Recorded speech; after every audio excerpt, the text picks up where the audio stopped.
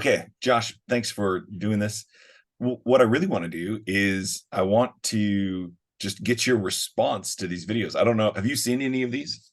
I haven't. So is this your company or is this group you've worked with, or This tell me about this is this? a group. Yeah, this is a group that I used to work for. Um, the Rigging Lab Academy came out of Rescue Response Gear. We Oh, wanted wow. to make some videos about how to use our equipment that we were selling at the time.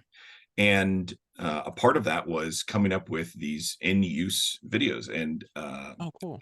the goal was just to show how you could set up some of these things in unique ways. There was the manufacturer's recommendations, and then there was some like, well, those are only limited to this little thing. Why don't we show it actually in use? And so we got to do, I think Little, we did 6 of them. yeah, so little off-label prescription. Yeah, exactly. Yeah, cool. Cool. So what I'm gonna play the video, and would just love to hear what you think. We'll go through it and see if you see anything that stands out to you. I get a kick out of watching them because I get to see how much I've grown, how much I've changed, and how much the industry's changed. But I love your thoughts and perspectives on them. Cool. Well, and as a complete amateur, right, I'm sure I'm going to be asking some dumb questions, but hopefully that'll help folks out. So yeah, let's see what we got. I love it. Hey, Smith Rock, I've been there. Yeah.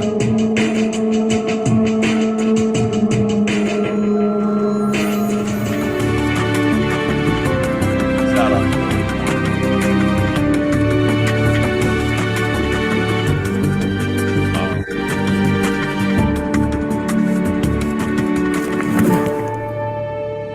oh, geez. Okay. First injury on rope a dope ever. SAR 1 dispatch. We have a report of a middle-aged man who's fallen 50 feet off a cliff. A friend found him soon after the fall, but couldn't get down to him. The reporting party will meet you at the trailhead and take you to the site. That's such a cool truck. The owner's Yes. Okay, that looks like the RP. Hey, do you know where he is? Yeah, he's All right right, over can you here. guide us to him? Yeah, All right, absolutely. hold on. We're gonna get our gear and then get ready. All right. So when I first showed this to my brother, he's like, I absolutely know exactly that mode that you were in.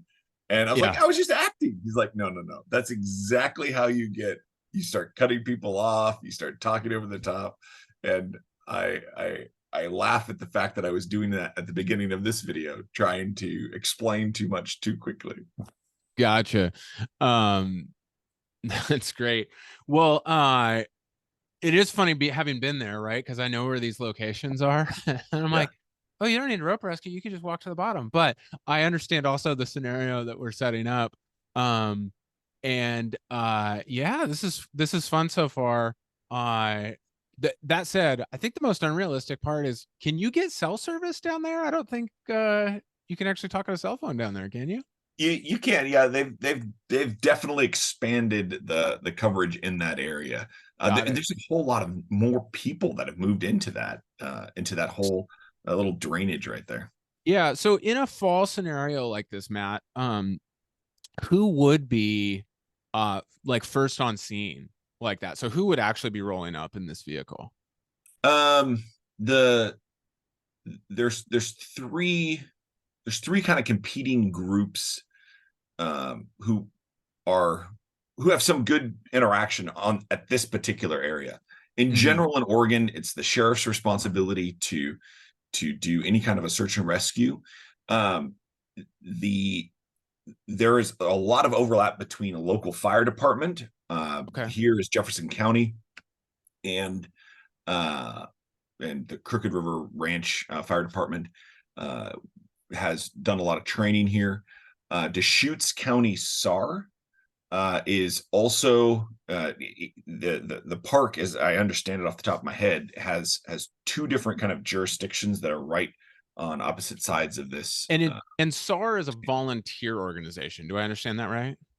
It's also underneath the sheriff's department, so it is Okay. mostly volunteer. There are usually 1 or 2, sometimes 3 deputies that are police deputies, and depending on the size of the organization, it can be their full-time job. It could be an additional responsibility.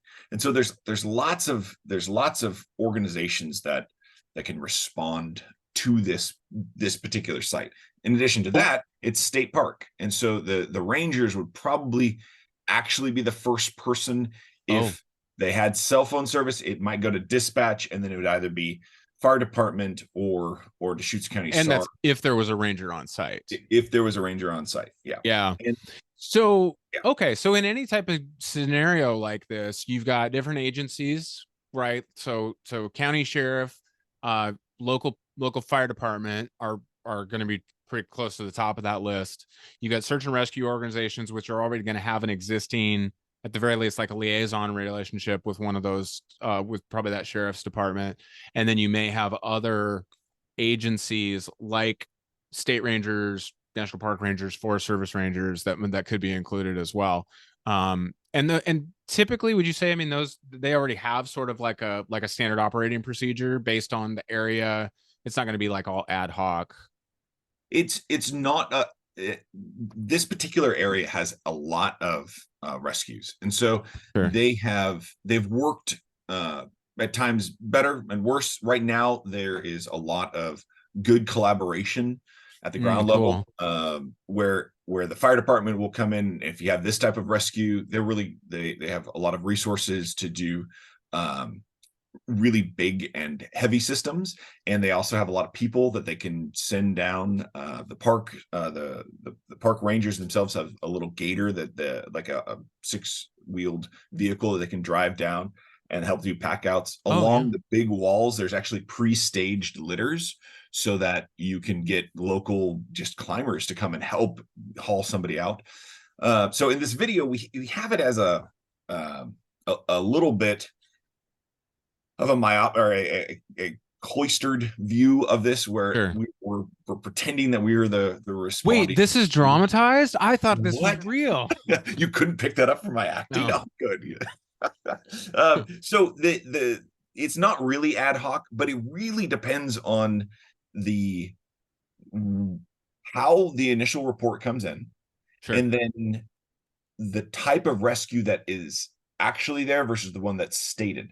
Deschutes County has a cool team, and if you have someone stuck on the second pitch of 3 pitches, it's probably not going to be the fire department that goes in and does that. It'll probably be a technical mountain rescue team based from out of the Deschutes County SAR, because they have team members that can do that know all that stuff. Do a lead climb kind of a rescue and then lower them down, and then the fire department might come in and interact with that. So it really depends on the location. There's lots of different types of organizations that have a potential role in this kind of a response.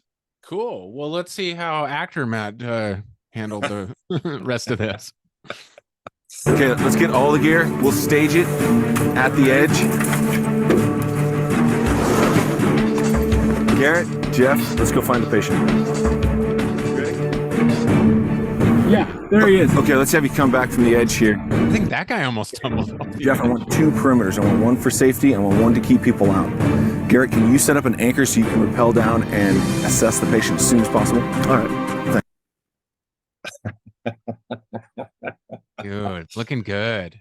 One of the things we had a lot of difficulty setting up the cameras safely so that all of the real life search and rescue team members that we had there felt comfortable with it. And so eventually we put the cameramen on ropes and put some of them over the edge, and we're able to do it. But initially there was some back and forth as to whether or not the people we had hired, these extreme and sometimes sponsored athletes that were doing our filming, had enough rope rescue protection. And there was all of this discussion about whether or not a single rope or a double rope was required because they were holding a camera versus the climbing and the bouldering that people do there all the time on a single rope. And so there was how close could you get to the edge when you're setting up an anchor versus when you need to be on edge restraint, and what kind of standards, and those kind of discussions continue to go on for any kind of a rope rescue situation. Well, and isn't it interesting? I mean, actually, like one of the big causes of falls is photos, right? And so is the photographer stepping back to get better framing? Is the photographer saying, "Oh, take a couple steps back," and not paying attention to that when we aren't aware of our surroundings because we're trying to take a photo of it. The other thing this reminds me of, I watched a video of a stunt they'd put together for one of the Mission Impossible movies, and the complexity of the camera work, like the camera operator, it was a skydiving scene, the camera operator who was also skydiving, but then there was another camera operator who was doing the behind the scenes who was also skydiving. And so the absolute complexity and choreography that's involved in something as simple as this 10-minute video is actually like really important. And then of course the meta experience of this being about rope rescue, right? That you guys are roping in to rope, to video somebody. We actually almost had some people walk away because they said that their standard had to be used.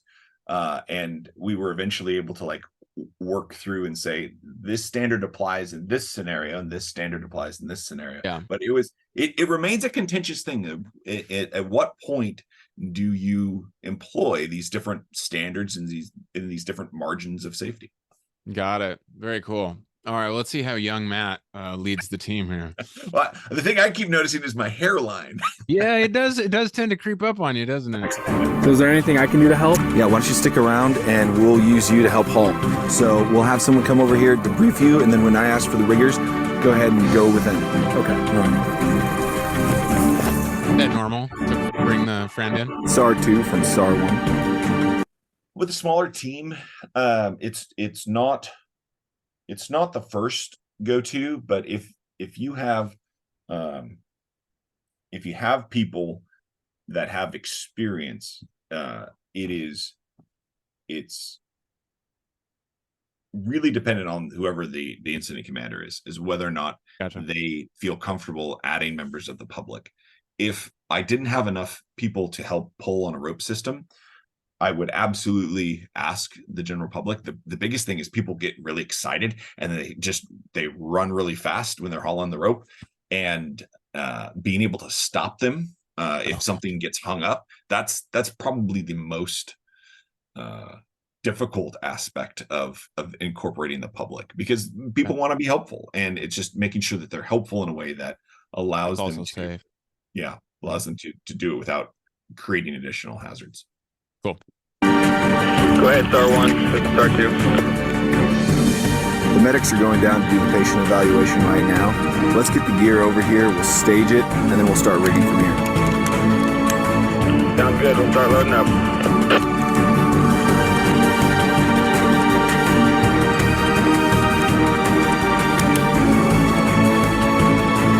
A lot of discussion on whether or not first over have one or two ropes. Mm-hmm. And at the time, our team only required one rope for that first over. Since then,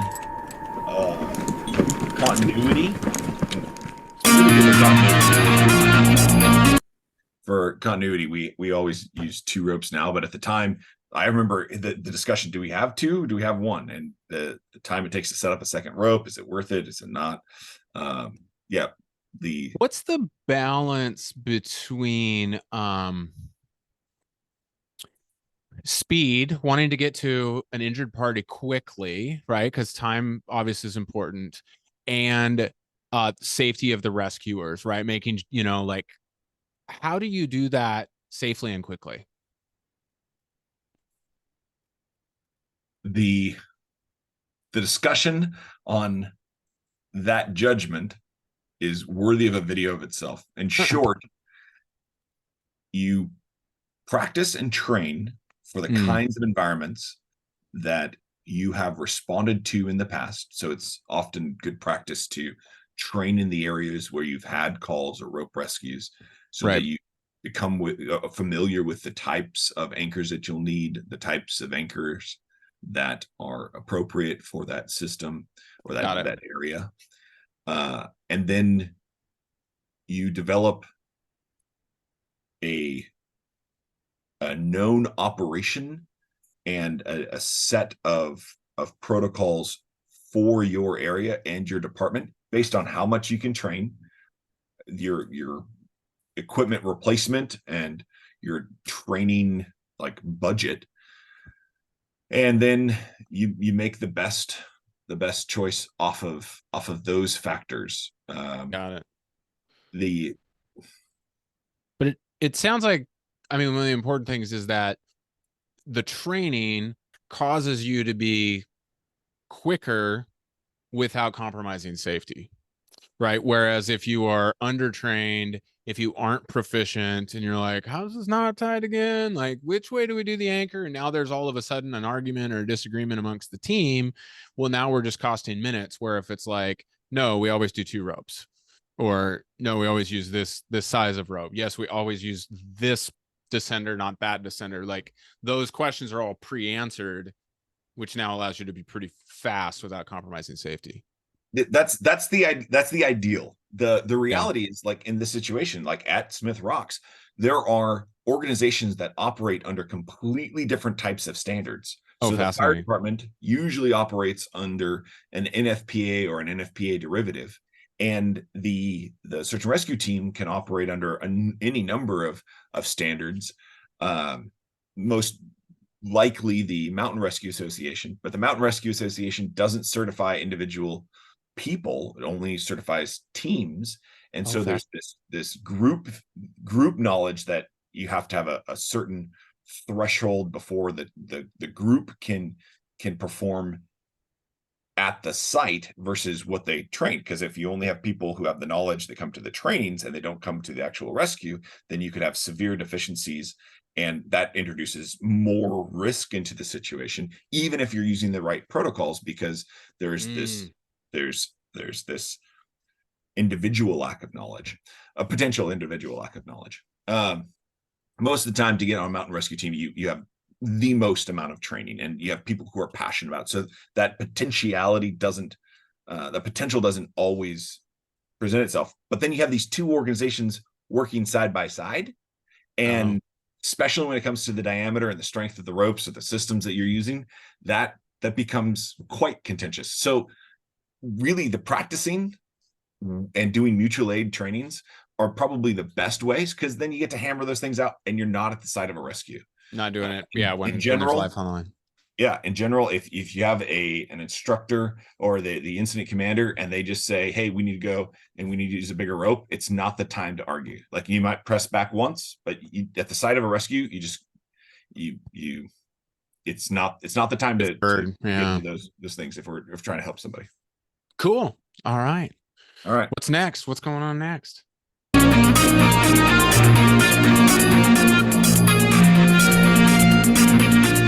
Oh, intense.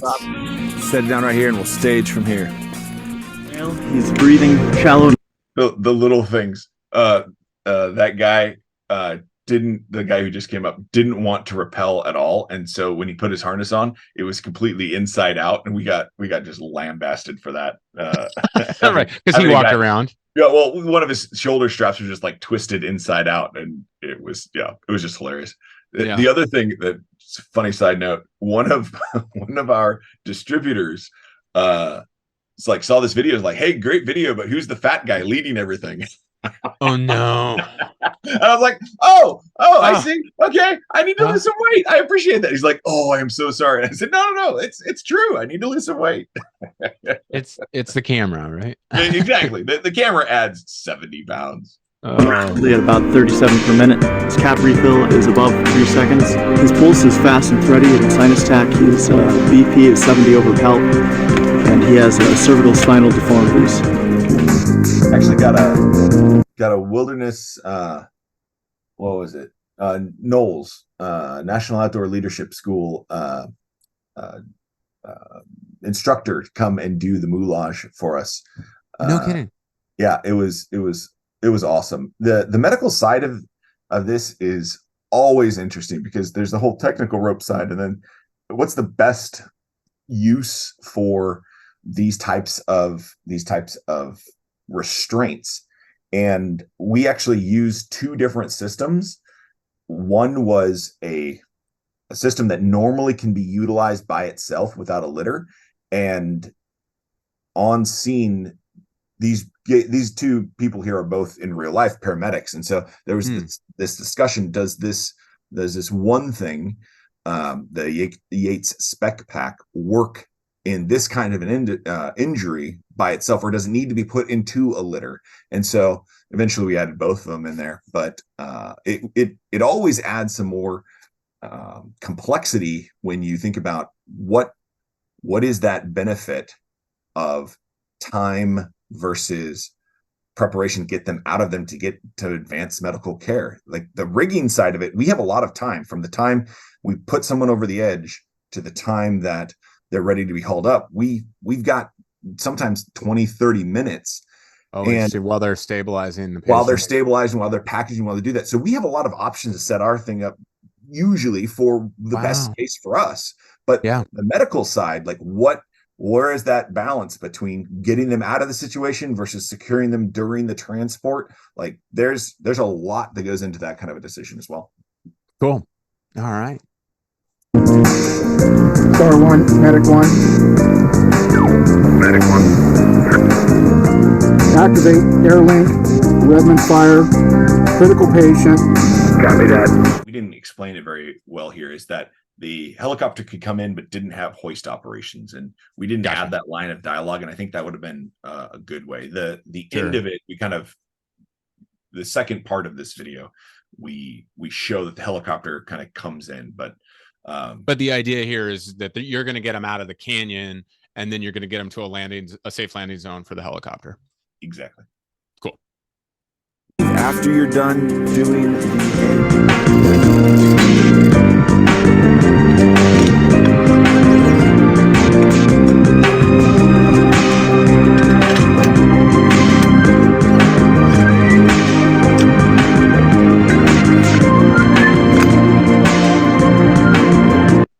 like 5 takes to do that, to like slide it on and then put the pin in, and put the pin in when you're not fumbling. Fluid motion. Yeah, and like, all the little things. Oh wait, I gotta turn it a quarter of a turn. Yeah. Letters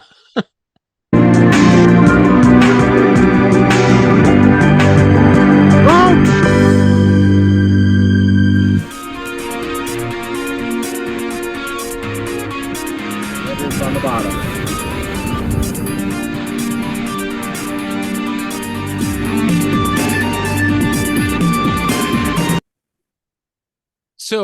So that's just getting the litter down, and then you still have to set up that A-frame. That's gonna be part 2 for the raising part.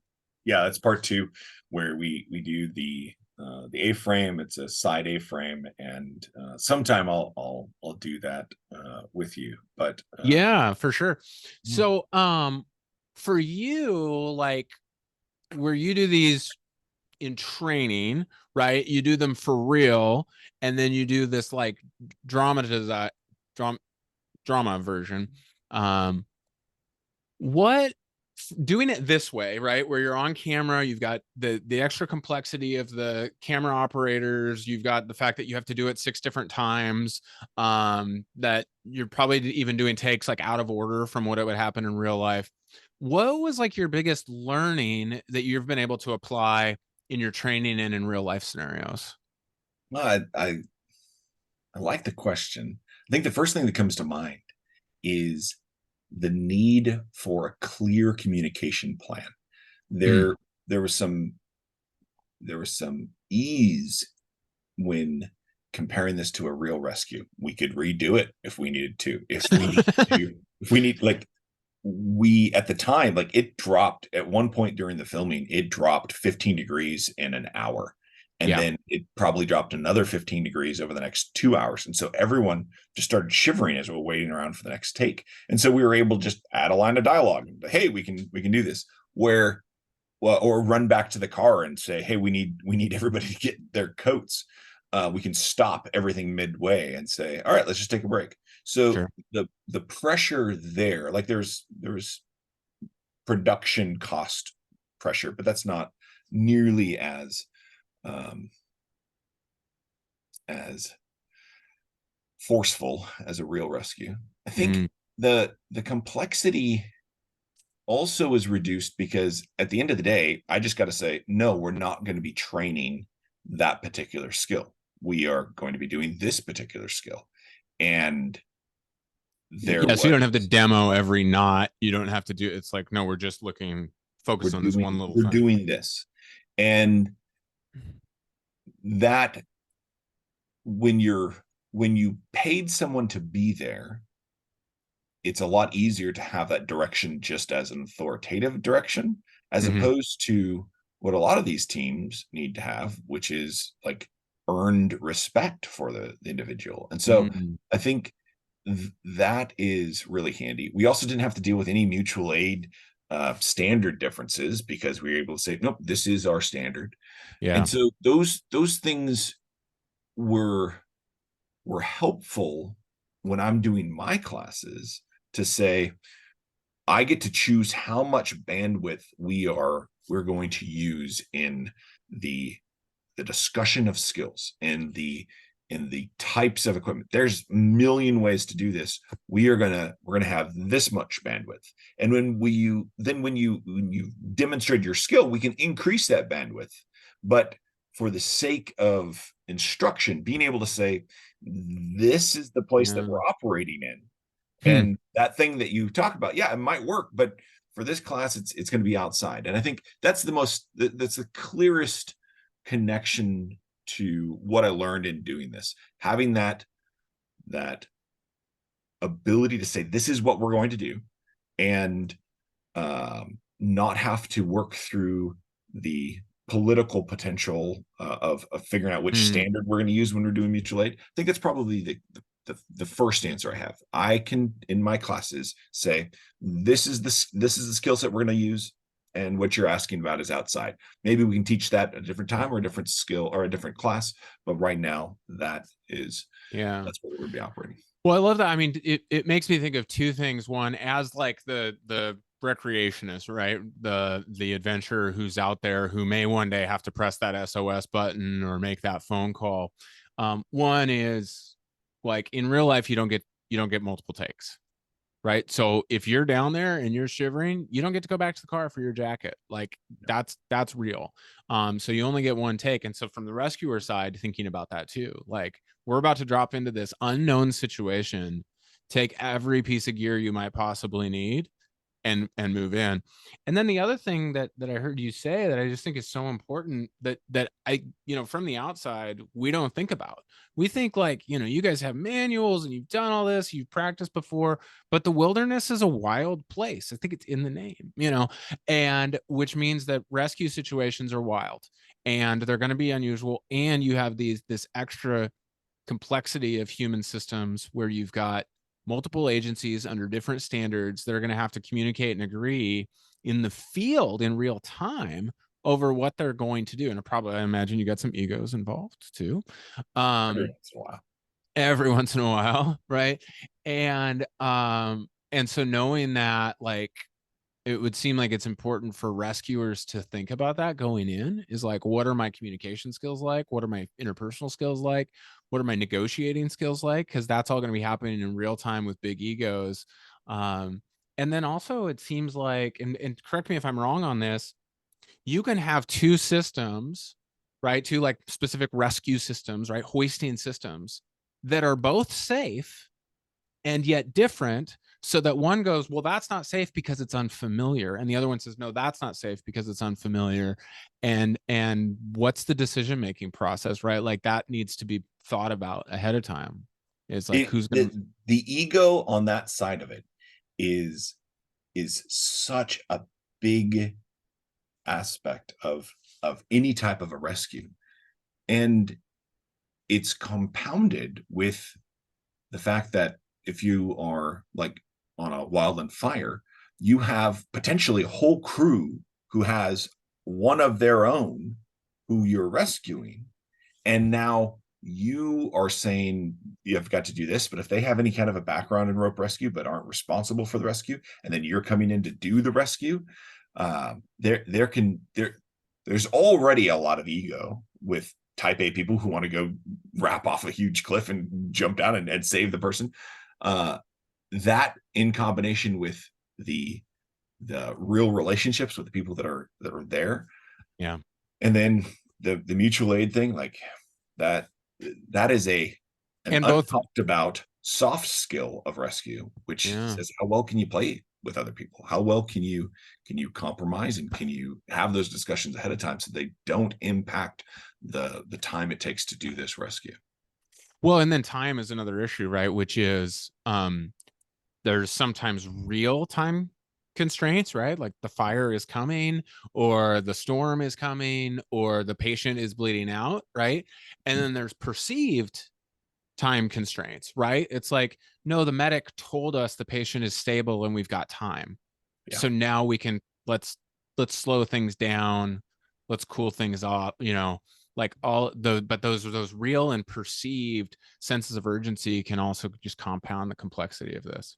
It really, really does. And there have been a couple of documented cases of those issues, and that lack of a plan ahead of time, coupled with the complexity of the medical situation itself, that have led to a death when a advanced medical care was less than 2 miles away. And these things, these other aspects got in the way of just walking the person out, and literally just dragging them on the ground might have saved their life. It might have been incredibly painful, but those other aspects do play a huge role in how we respond and the way in which we respond.